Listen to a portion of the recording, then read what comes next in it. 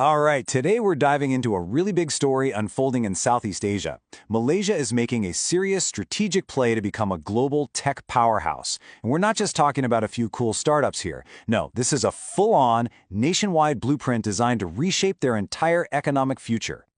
And hey, it's not just local hype. The rest of the world is starting to take notice. When a major venture capital firm like Qualgrow says Malaysia has real momentum thanks to the AI tailwind, that's a huge signal. That's the kind of validation that gets serious money moving. So you have to ask, right? What's actually driving all this momentum? What's the real strategy behind the headlines? Well, we're going to break down the exact plan Malaysia is using to create all this global buzz. Okay, first, let's zoom out for some context. We're living in the middle of a massive global tech race. I mean, being a leader in stuff like AI and semiconductors, it's not just a nice bonus anymore. It's absolutely crucial for any country that wants to grow and stay relevant. And this phrase right here, it says everything.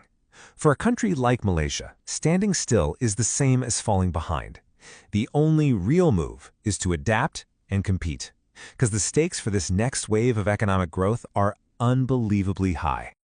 So how do you even begin to tackle a challenge that huge? Not with a bunch of scattered ideas, that's for sure. You need a solid, unified plan.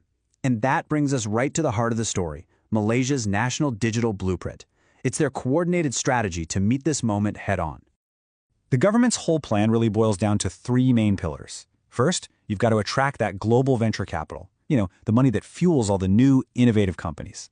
Second, you get the public and private sectors on the same page, pulling in the same direction. And third, and this is so important, you have to be strategic. Focus your energy on the high-value industries where you actually have a shot at winning.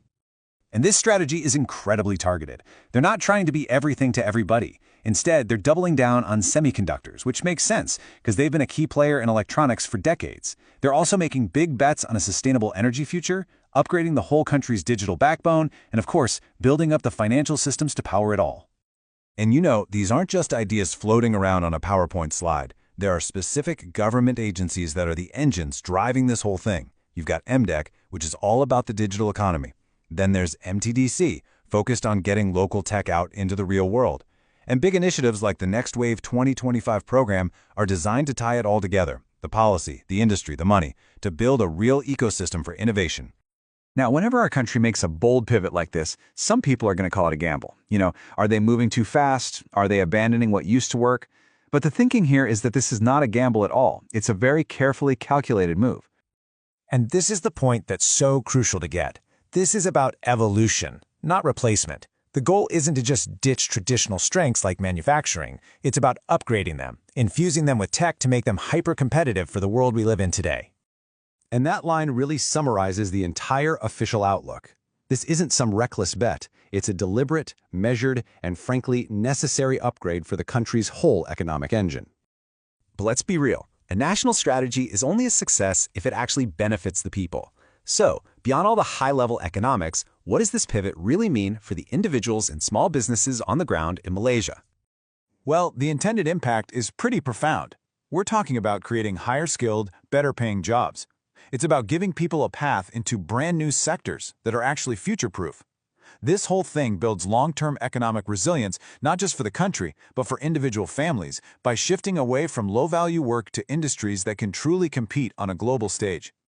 The message for the everyday person, for the entrepreneur, for the small business owner is crystal clear. The landscape is changing. And for anyone who's ready to adapt, this is a moment of just immense opportunity. It's go time. But look, a blueprint, no matter how brilliant it is still just a piece of paper. To turn it into reality, that requires something more. It requires a coordinated national effort where every single part of the system is working together. And a huge part of that national effort really comes down to this one word, upskilling. This is where the public has a direct role to play. It's all about people embracing this change, learning new skills, and getting ready to thrive in all these new high-value sectors that are opening up.